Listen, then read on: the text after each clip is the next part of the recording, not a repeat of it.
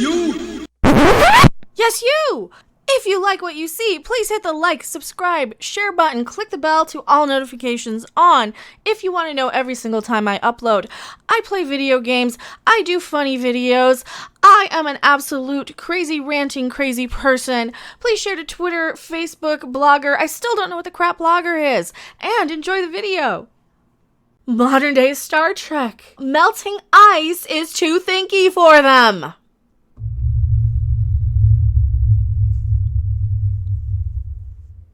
I'm not joking. I am not going to put a whole lot of effort and cuts and scenes and shots in this video. I am just going to do a raw rage rant about Star Trek Discovery Season 3. We're on Season 3 now.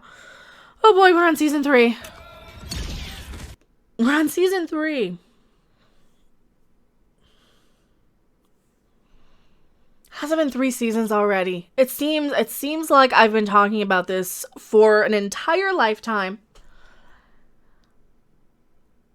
And I mean, they've already spanned 900 some years in the course of the series. So maybe it is. Maybe I'm just living it in real time with them.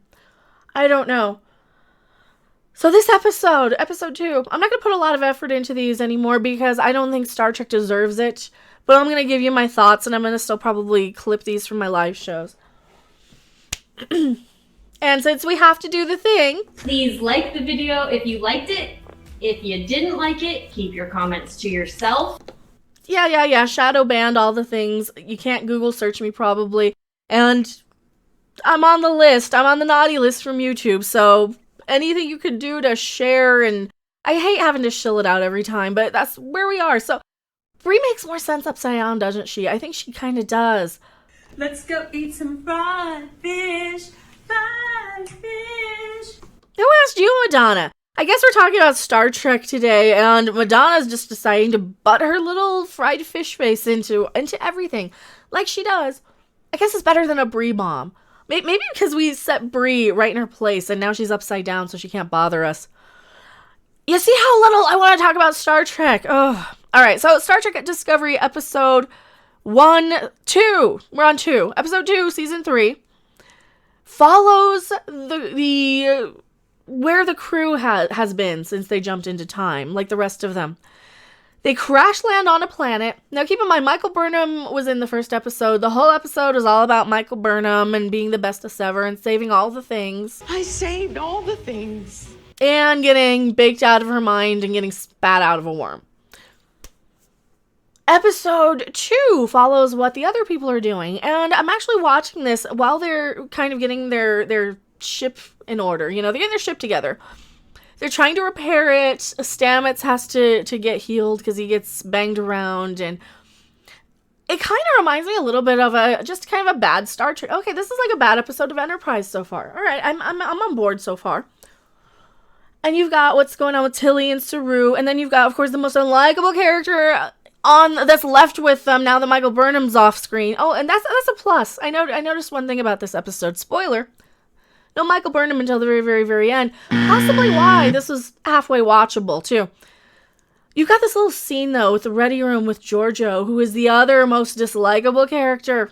Oh, I hate her. She is rude, snotty, condescending still, and I know she's supposed to be the bad guy. But hearing Michelle Yeoh play this over-the-top villain is just, it's cringe. It is just cringe at this point. DK Spirit in New Zealand, $10. Well, thank you so much. Why the hell did Kurtzman clone Burnham into Mariner? Because they think that's what they think they need to do to be inclusive and diverse, I think. I don't know. I think Mariner's less, I can't tell which one is more unlikable. Beckett Mariner or Michael Burnham. And yes, they both have male names. And they're both complete and utter Mary Sues and would be complete garbage even if they were men. Even if they were white men, purple men, pink with purple polka dot men. Non-binary binars. No matter what they would be horrible characters. Just recapping, this is painful. I will commend them. We do start off seeing Detmer, Kayla Detmer, Lisa Left Eye, the chick with the thing over her eye. That we never see. We don't know anything about the rest of the crew. We just kind of know Tilly and Stamets and Jet Reno now. So we do get to see Kayla, and she's trying to be like, oh, I did this in Starfleet, in my other ship, and I can do this and this and this. So they're trying to, yeah, pretty much everything's offline. They've crashed on a planet, everything's offline, all this stuff. You got medical stuff going on, and you got ship repair stuff going on. You get this really cringe, horrible scene. I'm going to pick on this a little bit, because I am in the alphabet, and I hate that I have to drop that to talk about it. But one thing I noticed about this is these Star Trek Discovery people, in the name of inclusion and diversity, have decided to do the very thing that straight friends do when they set up gay friends, right? They're like, oh, I got a friend who's gay and you're gay. I'm going to put you two together. I'm going to set you up on a blind date, even though you don't have anything in common other than the fact that you're gay and you have no chemistry and there's no reason that you two would even be friends in the real. But no, that's okay because you're gay. So we're going to put. And that's what it feels like they did with this. They just took two actors who happened to be gay instead of two actors who had the good chemistry. I would have loved to have seen if you had like a straight actor maybe play one of these roles just to see them stretch their ability, just to see that. Just whoever would have. I would almost rather see a couple between Tilly and Stamets because they have some chemistry together. They have like a genuine camaraderie. I believe Tilly and Stamets is a couple more than I do Hugh and Stamets. And Hugh is the doctor. And that's what's so disappointing to me. They're so horrible at gay representation in the show that they just use these people and parade them out like they're token diversity accessories. It's like it's a freaking badge you can wear on your sleeve to show. I know we got an alphabet, and we've got a this, and we got a that. Okay, all right. What do you want? You want a fucking Wokemon point for it? Wokemon. That's all it is. It's a giant game of Wokemon. They collect these people like they're Pokemon. You gotta represent them all. Oh, do you have a gay? I have a gay. I'll trade you a gay for a transgender. Ooh, that's a rarer version of a Wokemon. Double shiny, race and gender swap. Oh, and a double shiny race and gender swap is one of the rarest of all. That's when you come in and you take an existing character and you do that. You turn it into. That's what Hollywood likes to do. They just do this as a game. They don't care about people. I know they don't care about people. You know they don't care about people. So they have this really cringe line too with Hugh and the doctor, or Hugh is the doctor rather, with Hugh and Stamets. Oh, I came out of a coma and all I got was a lousy t-shirt or something. I came out of a coma and all I got was a lousy t-shirt. Just this modern day language and use of slang, idioms, sayings, phrases. This stuff is one of the things that is so wrong with modern day Star Trek. There's another one where Georgiou's telling Tilly she's too weak or she's not authoritative or whatever to go on this away mission because there's some away mission that they have to go to. And she's like, what the crap? Or she's gonna be like, what the fuck? And they cut her off. That's not Star Trek. Star Trek is very much, you believe that they're in a different time period because they speak different. It's like if you dropped somebody like me back in the 1800s where I'd be burned as a witch. I would be saying stuff like that and they would be like, my word! Something. They would do something like that. They would be completely different in the way they say things. And that was how we kind of evolved in Star Trek, right? That was one of the things that I noticed that we evolved with in our representation of humanity in Star Trek, where you have people who don't really care about having a bunch of material possessions.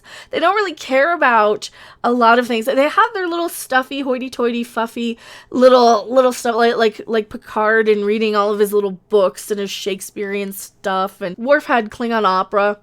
I can't imagine Klingon opera being very cool. Imagine us like a biker saying that they like opera today. You kind of look at him like, I would expect you to listen to, I don't know, heavy metal or something. I would expect you to be there listening to Metallica. But no, you do you and listen to opera. That's cool. That's kind of how I kind of see Star Trek. As even the Klingons are kind of represented as these super stuffy, future-y people. Like they were a little more into classical music. They were a little bit more into being proper and being professional. And having a certain eloquence and grace in the way they presented themselves. And I don't see any of that in modern day Star Trek. So you get the whole fake gay representation crap here, which is so cringe and so pathetic. And then we get to the rest of this. Now I think some of this probably feels like reshoots. That they felt like it was one episode that was cut up and stretched out for timing. Because it kind of feels like you would have the A plot and the B plot. You would have Michael Burnham off on her mission, and then you would cut away to these people doing their, we need to repair the ship and get these supplies to repair the ship mission. Feels kind of Star Trek, in fact. It wasn't terrible, but it also... I shouldn't say that, because it's not like it wasn't terrible. It was pretty bad. It was pretty bad still. It wasn't as terrible as when it is all about Michael Burnham. Because there's some weird ways that she acts. There's some weird things she does. There's some odd ways that she speaks and moves and comes off that don't really make me think or want to root for her, think of Star Trek, want to root for her, care if she lives or dies. I honestly laugh every time they kill her off on screen because it's kind of hilarious to see her get what she deserves every once in a while. Because she is so condescending and you know nothing's going to happen to her. She's the bad guy. Michael Burnham is always the bad guy in so much of this. Had it not been for her trying to save the galaxy, people wouldn't be in the place that she's in. But she's the one who she's the one who broke it in the first place with that stupid suit. So she has to go back and fix it. Because of her stupid parents interfering and her... So it's all her fault anyway. Same thing she started the Klingon war that they had to fix. This is all about her screwing up colossally and then having to fix it, but being told she's awesome the whole time. And how is that a positive representation? I don't think that's very positive representation. So she's not even in this one until the very, very end. So we've got kind of this sort of mission where Tilly and Saru are off, because Saru is actually kind of trying to take command. Meanwhile, you got Giorgio doing her thing, slinking around on the ship, and she ends up... Oh, well, we'll get to that. I gotta talk about the Jet Reno stuff. So the Jet Reno is the part where it kind of feels like it was reshoots. Like, okay, this was probably added just to kind of fill this out, because this is just some more... It's like filler stuff. Stamets is not completely healed. He's gonna go in and fix a Jeffries tube, but he can't do it. And Jet Reno can't even freaking move hardly, so she's kind of useless. Everybody has to team up. She's really bitchy to Stamets. It's like listening to a couple of bitchy people. Not very likable. She's really not very likable in this. But I think they're trying to make her likable by making her unlikable. But this isn't like a Rodney McKay on Stargate, where they're only unlikable for about a second. No, she's been unlikable since the get-go. She's been unlikable for like 2 seasons now. You can't just have her unlikable, and then give her one little redeeming line, and then everything's okay, and then make her go right back to it. Rodney McKay grew as a person. And he went outside of his comfort zone, and he stayed higher, and that's how you actually show some growth. You don't shove them right back to being crappy and shitty to each other. So that's what I didn't like about the Jet Reno stuff. Stamets starts bleeding out. There's some weird crap with him and Culber where they're, I guess, gonna go through a divorce anyway or something. Maybe they'll actually get that. Maybe it'll be like, oh, I just married you because you happen to be the only gay person or something. I don't know. Probably not, though, because I don't think they're that smart. Like I said in the opening, melting ice is too thinky for them. So what is that? Well, they're crashing on this icy planet, and they have this parasitic ice. Is it a parasite in the ice? Is it ice, an icy sort of water-based, maybe sort of gelatinous life form that grows that is very ice-like? No, it's just parasitic ice. So the whole time I'm thinking, well, nobody thought about, I don't know, melting it, because it's trying to consume the ship. It's growing over.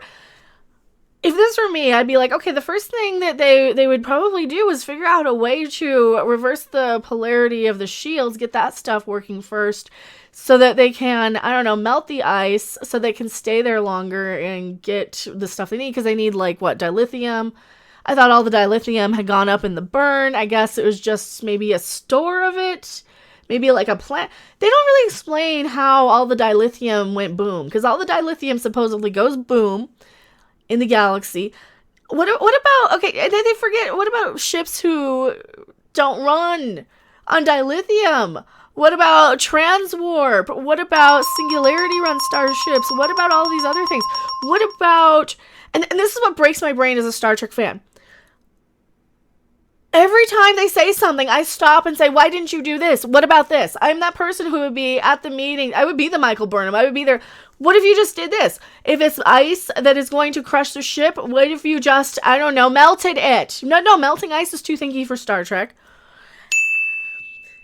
DK Samaritan, New Zealand, $5 super chat. Thank you so much. It reminds me of the parasitic ice from Doctor Who Waters of Mars. Yes! Oh, I forgot about that one. Yes! Oh, they're just stealing from Doctor Who. You're right. I forgot about that. Forbidden Ruin, I don't understand the lack of writing and logic in these shows. It's beyond me. It's like they wanted so bad to have this little fake stupid Western scene. All right, so Tilly, let's get into that. Tilly and Saru, meanwhile, while Stamets is bleeding out into Jeffrey's tube, Tilly and Saru are off wandering towards this, I guess it's like a little like a little settlement, a little campsite, it's supposed to kind of look like a bar in a Western, because they saw Firefly and thought that was cool. They even named a character Book on the show because they saw Fire. This is Star Trek that we're copying Firefly because we've run out of things. Tilly is trying desperately not to reveal how far from the past they are. And, she sees this new technology from some dude who's, like, totally trying to flirt with her. Some weird little alien guy. And he's like, oh, yeah, you can't just replicate that. You can't just copy some new future tech that I'm sure they didn't even bother to think about. It basically copies... It's like a replicator for technology that you can just be like, we're just going to copy this thing, and that's going to be how... I don't know. I didn't pay attention to that because I know that they won't explain it to my satisfaction anyway, so I don't want to waste my brain space. There's only so much room up there, and I'm still trying to signal the aliens with that new gland they found. You're not supposed to know about that. Anywho, so they find out that they're from the past. They've got, like, the main leader of the gang comes in. He's like, oh, I'm the big bad guy, and I'm going to shoot my own dude because he helped you, and yada, yada. Meanwhile, he's all trying to go alpha with Tilly and be like, you're going to go back to your ship, and you're going to, maybe you'll die. I don't know. You're going to go and help me, and you're going to tell them this, and blah, blah, blah, and you're going to get me all these things, or else I'm going to kill you all. Even though they've got a freaking starship with 80 people, you got a bar with 3 guys in the gang. Meanwhile, guess who's sneaking in the back like you know she would? Empress Philippa Georgiou from the Mirror Universe, who's not going to take any orders from anybody. Thank you very much, because she goes girl and she's her own thing.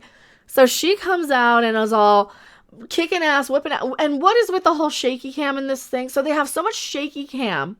There's so much shaky cam, you can't even see her do... This is Michelle fucking Yeoh. Alright, this is Crouching Tiger, Hidden Dragon. She can kick ass. She knows martial arts. She knows her shit. Is she too old to do it? Is that the thing? She's not as spry and she's not a whippersnapper anymore? Is that the thing? So they have to, like... Or they don't have a stunt coordinator, probably. They don't have a stunt choreographer who can work with somebody like her who should be just doing it herself. Oh, they probably didn't pay her enough. Alright, so she probably half-assed it just for a paycheck and whipped around because she just wants to walk around in leather pants and high-heel boots. Fine, I get it. I do too. Now, so she kicks ass at the guy, and then they let the dude go, but they know that they're sending him out into the ice to freeze to death. So this is going to be set up as our con probably for the season because they can't do anything original. So he's going to be resentful and like, you left me here to die. Only he's not like an actor. He's like just some sort of mousy guy you'd see on a Walking Dead episode and forget about. You know, he's one of those sort of guys. Because, of course, white man bad. White male rage, white male rage, white male rage. We go back to the ship after Michelle Yeoh fucks everybody up. They get the ship flying, yada yada. They still didn't figure out how to melt the ice, but that's okay. Maybe they did. I don't know. I would have loved to have seen that happen instead of Firefly bar fight scene, stupid garbage, stupid bullshit, but whatever. Alright, so the very second they end up taking off, they fly up into the atmosphere, they hear a hail. They gotta, but it doesn't sound right? It doesn't sound like a hail signal. At least I don't think it did. Incoming signal! And then they're worried. So, oh, do we attack them? Do we not? We got our weapons back. Everything's online. What do we do? So they make it all suspenseful, like, oh, like the one dude that they sent off was like in a little ship and gonna fight him. It's one dude. Like, seriously, what is he gonna do? He's one little dude in a ship. So they make it all dramatic, and Saru's like, let's answer them! This is Starfleet after all. And so, of course, it's Michael Burnham coming in. And, of course, she's like, I've been here a year. I've waited for you so long. So are they on the same planet? Was that the same planet she's been on? So she's been living on this planet Western, for a year? And she had a comm thing. Wouldn't like a Romulan ship have maybe heard that? Because I mean, I'm sure they can still fly around. You've got all these people disemboweling Borg ships left, right, and center. You've got all those androids flying around from Picard. What happened to the dilithium, right? What the crap happened to the dilithium? That I'm supposed to believe every bit of dilithium blew up all at once, all in the same instant, everywhere in the galaxy. Is that what they're really literally trying to tell me happened? Was there some sort of a subspace blip that happened everywhere all at once? Did it start here and expand out? What happened to it? I don't understand the basic premise of why anything matters in this season yet. And I sure as shit am not going to get it explained based on the last 2 seasons of Discovery. It's going to be some bullshit, crazy, batshit crazy thing that doesn't even make sense. That's just going to be, oh, no. It just happened. You're just supposed to forget about it. You're not supposed to think. Like I said, melting ice is too thinky for modern day Star Trek. They didn't even think of that. They didn't even think about melting the ice, I don't know, around the ship so they'd have a little more time to figure out what the crap they were. No, they didn't think about that. They want to get everything done. They're saying, wait, Picard is canon. I don't count any of it as canon. But Picard is supposed to be canon to Discovery for sure. All these new shows are supposed to be intertwined. People were telling me that Michael Burnham destroyed her suit. Like, this is since my last thing. So in the first episode, if you watch that review, they're saying she destroyed her suit. She destroyed her suit because she didn't want anybody getting their hands on it because it was future technology. It wasn't, though. It was so outdated. She brought it back from the past. And it was just her. She could have kept wearing the damn thing and not... Come on, it's Mikey Spock after all. Why would she destroy her only... It's basically her ship, her only means of survival for a planet where she goes down. Is there any life nearby? Yes, loads. Well, yeah, we can see that. You can see bugs, you can see insect. What kind of life? It doesn't make sense at all. In Star Trek Voyager, dilithium isn't volatile. It can be turned into a volatile substance, trilithium. That's what I'm so confused by. How did it just go boom? Did they think it was all in one place? Did they think it was like the gas station? Like, are these people so stupid that they think like just because you get gas at a gas station that there aren't other gas stations on the planet? And there's processing plants and places that have stores of it here, there, and everywhere. How does it all go boom? Like I said, it would have to be a Q-like event to come in and just snap it out of existence. And they're not going to do that because they're not capable of doing that. Why would they be capable of doing that? It is disappointing at how not thinky Star Trek is. If I am sitting there every 5 seconds saying, why didn't they do this? Why wouldn't they do that? Why are they not prioritizing this over this over this? Where is this thing happening? Why...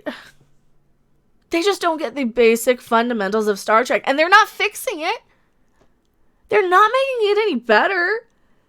And the fact that the fans who love this crap can't not watch the channels that don't, right? They can't not watch me.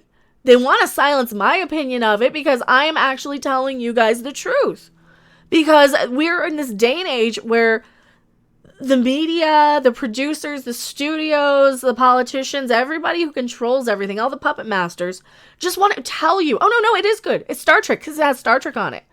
It has Star Trek, see? It has this. And they just want to argue and be right. And they want to argue with you any detail. Like if you say, I don't like all the explosions and the violence in NuTrek, what are they going to do? Well, it always had it. And they just want to counter any point of why you don't. And you know why I don't like it? Because it doesn't think enough. It's not intelligent enough for my taste as a Star Trek fan. And I was somebody, I didn't need it dumbed down for me. If I didn't understand something, I would look it up. There's a lot of stuff I would get based on the context of what they were telling me that I might not be. I might not have been a science expert at 14 watching Star Trek. I wasn't an expert in any of that stuff, but you know what? It makes you interested, and it makes you learn, and it makes you pay attention, and it makes you think. And I like stuff that makes me think if I'm going to Star Trek for it. If I want to turn my brain off, I'm going to go play a video game. I'm going to do something to mellow out. If I am showing up to a TV show, like Star Trek, for example, well, first off, you also have to entertain me. That's another thing. That's another huge thing for me. And this one doesn't even do that. This doesn't even give me any really, really good, fun, interesting, engaging stories. I don't care about these characters and their little interpersonal whatever. People are like, oh, you don't empathize with the character. I don't care. Why would I? Why would I? They kind of feel like a bunch of incompetent buffoons who would probably be liabilities and get their crewmates killed. So maybe I care a little bit less about these people who are out there trying to, I don't know, snipe and bitch at each other the whole time. Because they're pretty damn miserable and bitchy to each other. Just look at any of the Jet Reno scenes. Maybe I care a little bit about these people and more about what's going on in the Orville, where people are like, hey, this person probably should have a promotion because they're really, really intelligent, and let's encourage them and let them know they're as good as we think they are. Where is this working? And they say it all the time in this episode of Star Trek Discovery. They say it all the time. Oh, we're better than that. You resort to violence. We don't do this, and you do that. But you show a half an hour of it. And I get it, it's like kind of an extreme circumstance. But they're saying the very things that they don't understand to try and convince the masses who I guess they think are dumb enough to buy it, dumb enough to eat it up, that it is what they are selling. What do you want?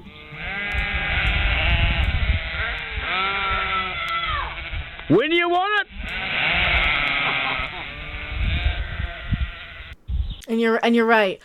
Incubus Time Lord, you can't empathize and sympathize with characters who have no sympathy for others. Exactly. That is one of the things I really, really don't like about this. And it's not all of them, but you see the way Giorgio talks to the chick that came over from the Enterprise with the breather thing, or you see it with Jet Reno and Stamets. And I'm sorry, if you are in this sort of military environment of these people, you gotta be a little bit better than that. You gotta be a little bit better than the shittiest of us. And I know that it is designed and marketed to some of the shittiest people out there. You know, the ones on social media who care more about appropriating things that are traditionally values of people that they can't stand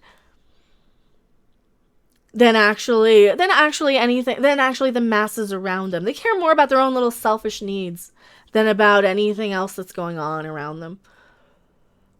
And yeah, that's a dig at Hugh of Borg, absolutely. And any of these Star Trek actors who are so more concerned with their political beliefs than what the needs of the Star Trek fandom is. And they have the nerve to come at somebody like me to say that I'm damaging the brand. You know what? If you had good Star Trek and laid off all your sock puppet accounts coming after people on YouTube, because don't get me wrong, I do get really energized by being right. I do get very energized by taking it out on those people, because if you're going to come to me, I'm going to smack you down on it. But don't you think that they're doing more to harm the brand by trying to silence me? By trying to just pee on your leg and tell you it's raining, basically. That's what they're doing. That's what modern day Star Trek is they are pissing on your leg right in your face and telling you it's rain. Well, no, but we're saying that it is rain. See, it's rain because we said so.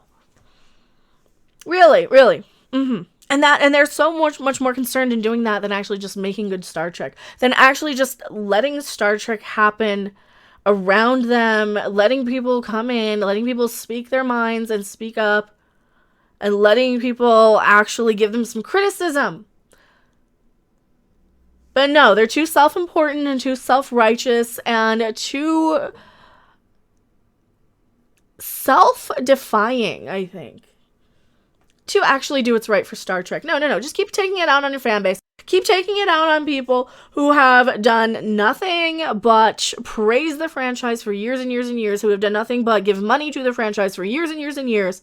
And the second I say I don't like something, I'm an ist or a phobe or whatever label they want to put on me because they can't handle grown adult opinions on their little baby show for babies. Because that's what Star Trek Discovery is.